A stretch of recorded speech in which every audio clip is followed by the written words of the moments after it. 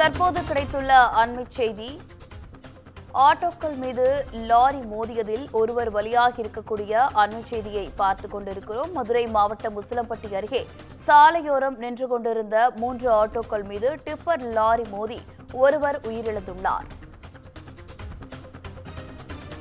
கூடுதல் விவரங்களோடு இணைகிறார் செய்தியாளர் அருண். வணக்கம் அருண், விபத்து குறித்தான முழு விவரங்கள் என்ன? மதுரை மாவட்டம் உசிலம்பட்டி அருகே சாலையோரம் நின்றிருந்த 3 ஆட்டோக்கள் மீது அங்கு தேனியிலிருந்து அதிவேகமாக வந்த டிப்பர் மணல் ஏற்றி வந்த டிப்பர் லாரி மோதிய விபத்தில் ஆட்டோ ஓட்டுநர் உட்பட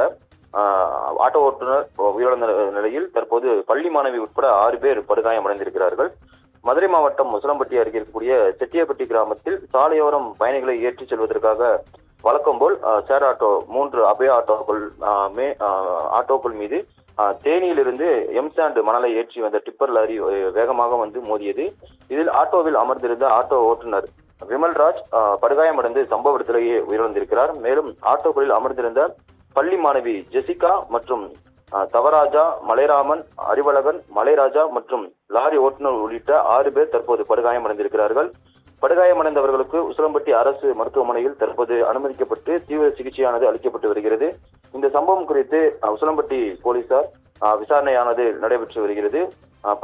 பழக்கம் போல் பள்ளி மாணவிகளையும் வேலைக்கு செல்பவர்களையும் ஏற்றி செல்வதற்காக ஷேர் ஆட்டோ நின்றிருந்த போது எதிர்பாராத விதமாக தேனியிலிருந்து மணல் ஏற்றி வந்த டிப்பர் லாரி அதிவேகமாக ஓட்டி வந்து தற்போது இந்த ஆட்டோக்கள் மீது மோதியது சம்பவத்தில் ஆட்டோ ஓட்டுநர் ஒருவர் உயிரிழந்திருக்கிறார். மேலும் பள்ளி மாணவி உட்பட 6 பேர் படுகாயங்களுடன் உசிலம்பட்டி அரசு மருத்துவமனையில் சிகிச்சை பெற்று வருகிறார். சாரா,